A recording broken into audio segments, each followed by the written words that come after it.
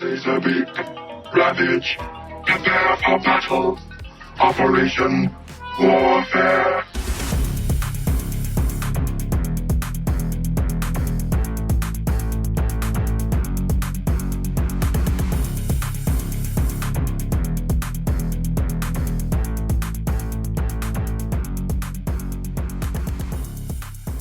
What's going on, guys? Welcome back to the channel. For today's video, we're going to be checking out the Transformers Legacy United G1 Universe Leader Class Soundwave, the long-awaited reissue of easily one of the most elusive releases. But is it too little too late? To be honest, guys, I do think so, and I will go into why I think that later on in the video. Now, in terms of the actual figure itself, as it stands right now, this is shaping up to be one of the greatest mainline Soundwaves ever made, and in terms of the detail, the head sculpt looks awesome, especially paired with that killer red light piping. The ejectable spring-loaded cassette deck as ever is super cool, and in terms of the rest of the sculpting and the detail, this guy is looking sharp. Now, in terms of the side and the back profile, he is mostly looking tidy, with the exception of the forearms. Now, this is simply just due to this guy originally being a Transformers siege retool, but one of the details which I've always loved about this Soundwave would be the backpack. At least to myself, I am taking this as being a direct throwback to the incredible Masterpiece release. Now, whilst there is no denying that this guy is a great second opportunity for those who did miss out on the first run, to be honest, if you could hold off on this release, I would absolutely recommend to do so, really for two main reasons. The first one would be that this is an instant cash grab on Hasbro's part. They have reissued 4 pre-existing figures and unfortunately have made no changes to them at all. Despite this Soundwave being a really solid Voyager class, it definitely isn't without its faults. And the second reason would be that this mold is now coming up to be roughly around 4 to 5 years old. Now, in that time span, we have seen so many War for Cybertron figures receive the Studio Series treatment, most recently with the Commander class Optimus Prime. Now, in only 2 years' time, we approach the 40th anniversary of the 86 movie, and I can almost guarantee that Soundwave will most definitely be an update that they will approach. If I was to guess how it would look, I would imagine that it would be a complete brand new mold from the ground upwards, likely being a little taller to better pair alongside the Studio Series blaster, and in terms of detail, definitely a lot simpler in comparison to this Earthrise Soundwave. Once that's all said and done, undeniably it will make what is right now a superior Soundwave into unfortunately an inferior Soundwave. In terms of weaponry, up first we do see the return of Soundwave's iconic over-the-shoulder cannon, which has been really nicely detailed and pretty decently painted. The next accessory is Soundwave's signature handheld weapon, that being the concussion blaster. Now, alongside the over-the-shoulder cannon, you can compress this, store it on his back, and kind of transform it into a battery, which I imagine you would use when it comes around to that cassette player mode. The third and final weapon this guy includes would be yet again another carryover from that 2019 Transformers Siege Soundwave, that being this pretty useless grey blaster, but at least when it comes around to this release, you can totally extend this and plonk it on the back of the Transformers Siege Megatron to try and recreate that incredibly iconic back silhouette.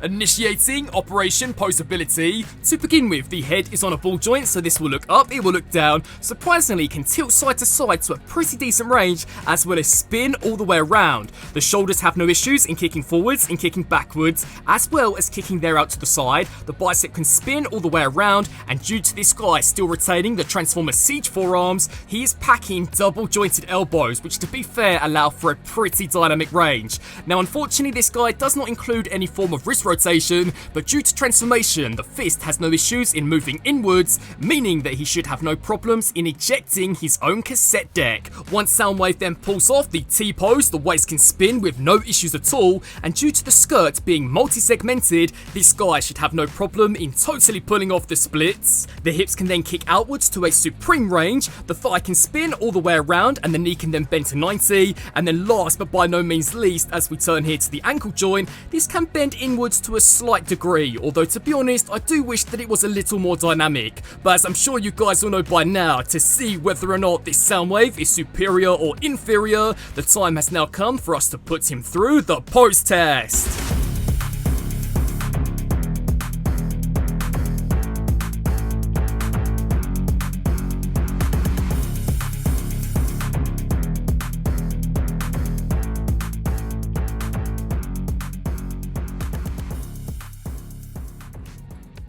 Commencing Operation Comparison, first of all we are bringing out the original release of the Netflix/Earthrise Soundwave. Now first of all, I just want to clear up the reason as to why this guy has unfortunately yellowed so bad, and it has nothing at all to do with me leaving this in the sun. So during 2020, I believe until around early 2022, Hasbro were using, I think, a cheaper plastic, which is why unfortunately this guy does look so bad, alongside many other Voyager class figures from that kind of timeline. Next up, we are bringing out his ultimate rival. We have the Studio Series 86 Blaster. Now again, this is one of the many reasons why I do believe in a few years time we are going to be seeing an 86 movie version of this character, because he sadly just doesn't scale all that well alongside this guy. He should be, I believe, at the very least exactly the same height as Blaster. So to kind of go back to my earlier point, guys, if you can hold off on this Soundwave, I would absolutely recommend to do so, especially when we bring out the Earthrise/Siege Megatron, because we know that this time next year we are expected to see a brand new Studio Series 86 Leader Megatron, and if they are going to give the 86 treatment to Megatron, then you guys can bet that they will most definitely then be giving it here to Soundwave. And I'm hoping that means in the future eventually we can see this Studio Series/Earthrise Starscream replaced, because unfortunately it really does kind of stick out like a sore thumb stacked up alongside the rest of the 86 movie crew. Although with that being said, a figure that I'm really excited to see whether or not they will ever be able to improve upon would be the Siege Shockwave, because already this guy is near damn perfect. Next up we have the 86 movie Voyager class Ironhide, who was a vast improvement in comparison to his Earthrise counterpart, the Studio Series 86 Deluxe class Bumblebee, and then last but by no means least we have the slowly but surely on his way out, the myth, the legend that is the Earthrise Optimus Prime. Transformation time for Soundwave. For the first step, you are going to take the bicep and spin this here inwards. We can now make use out of the shoulder joint and extend this here upwards. We are now going to take the fist and slide this here all of the way back exactly like that. Again guys, make sure to do the same for the opposite side. So rotate inwards by making use out of the bicep, angle upwards at the shoulder joint, and then fold inwards by making use out of the fist joint. Then what we're going to do is grab a hold of the waist and spin this here all the way around until the back is now facing the front. We can now spin around here to the back of Soundwave, where we are now going to make use out of this panel and slide this here downwards. You are then going to grab a hold of Soundwave's head and slide this here inside, where we are now going to make use out of that backpack and snap this here into place exactly like this. Then for the next step, we are now going to take a hold of the shoulders, angle these here downwards. You are then going to want to disconnect these here away from the core robot's body and slide these here back. Now this tab is going to slide into that slot, so make sure that there does very nicely snap into place. And again guys, do the same for the opposite side. Slide backwards at that shoulder joint, snap that there into place, and then what you'll do is grab a hold of both of the forearms and snap these here directly down the middle. Then for the next step, we are now going to spin around here to the front of this guy, where we are going to take what was originally the butt flap of the robot mode, spin this here forwards, and then come here to the underside and begin to slide out these two additional panels exactly like that. Once that's all said and done, we can now spin down here to the legs, where we are first of all going to take a hold of this panel and pop this here towards yourself. We are now going to make use out of this piece and slide this here forwards. We are then going to take the foot of Soundwave and slide this here inside. Now on the underside of this panel is a circular peg, which is now going to slide into that circular port. At the very same time, you then must make sure that this hook does clasp on the underside of the shin. So snap that section there into place. What you are then going to do is now make use out of the thigh joint. So swing this here outwards exactly like that. You are then going to bend upwards by making use out of the knee joint, and we are then going to slide this up and connect it into what will become the top of the cassette player mode. So spin around at that thigh joint, making use out of this panel. We are now going to bring this here backwards and make sure to extend the one which is stored on the inside. We can now take a hold of the foot and slide this here backwards, and again guys, making use out of that circular tab, we are going to attach that into what was originally the base of the foot, and all of this is going to snap into what was originally the chest unit of Soundwave. With that now all said and done, stored on the underside of this panel are a total of 2 slots, which are very nicely going to slide into those tabs on either side, and there is Soundwave now fully transformed into the base cassette player mode. Next up, here is where you are going to want to bring out both of his weaponry, as these do act as stabilizers for this form. So in order to prevent this guy from leaning backwards, you are going to take these and snap them into the circular ports on the back exactly like this.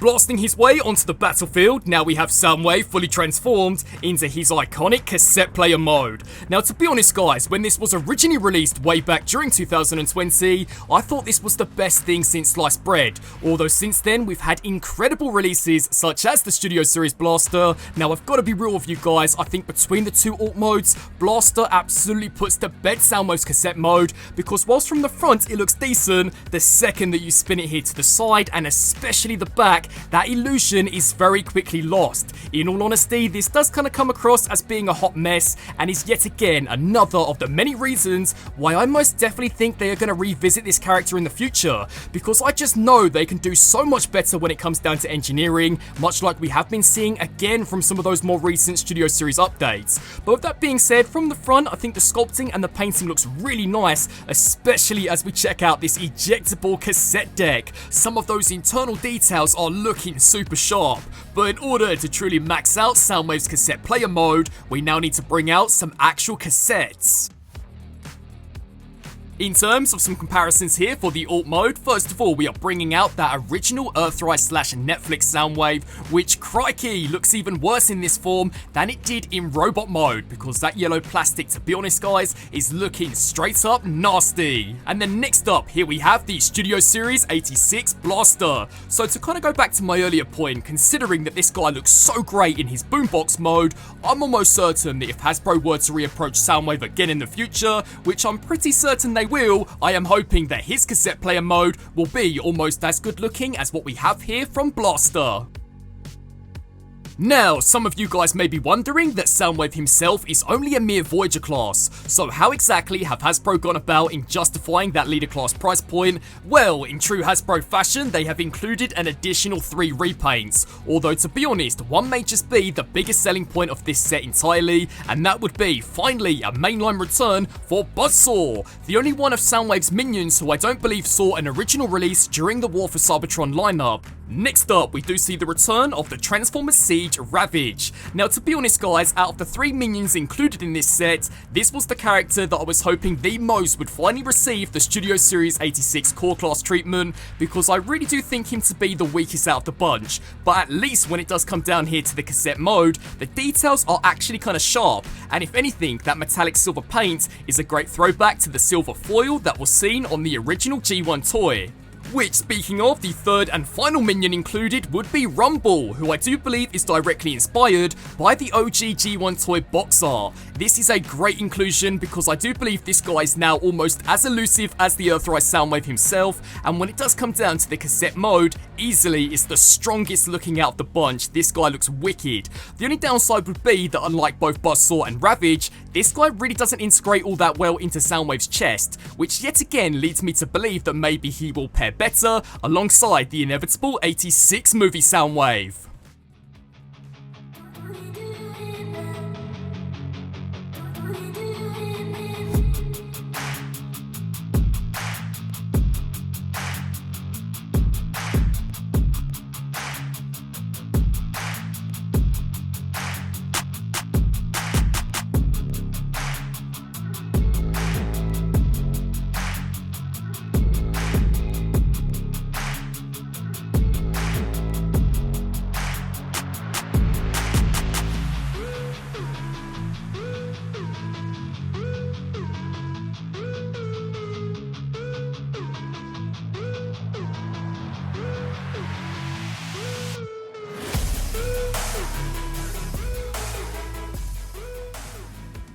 Buzzing his way onto the battlefield, first up we have Buzzsaw, now fully transformed, and this guy looks awesome. By far one of the strongest Micromasters that we did see released from the Transformers Siege toy line, and I am a big fan of yet again how they have decided to go with the Earthrise tooling, because this guy is totally sporting the Earth mode head, which I think looks so much better in comparison to the Cybertronian counterpart.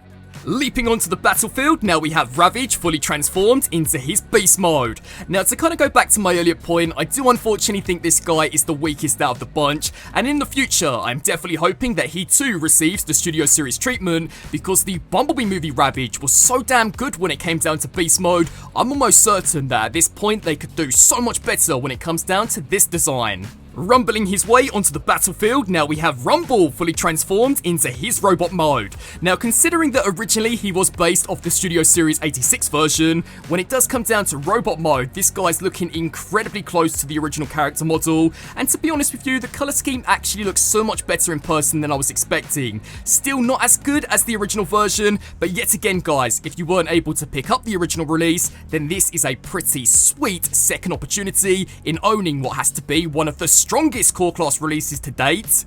And he is surprisingly the only one of the minions to include any accessories. So in addition to these over-the-shoulder cannons, which can totally double as a pair of inbuilt forearm blasters, this guy also includes easily his most iconic, that being the pile drivers, so should have no issues in not only cracking those shells, but also the nuts inside. So, wrapping up on this review for the Transformers Legacy United Leader Class Soundwave. Whilst overall I do think this is a great second opportunity for those of you who did miss out on this guy first time round, I strongly advise for you guys to not pick this up, because I really do believe in the next couple of years we are most definitely going to be getting a Studio Series 86 Soundwave. We know Hasbro can do so much better from an engineering standpoint, and I am pretty certain that we are going to see exactly that when it does come around to the 40th anniversary of the 86 movie in only 2 years. I would love to get your guys' thoughts on this Legacy Soundwave down in the comment section below. What do you guys think? I want to thank you all so much for watching, and until my next video, transform and roll out!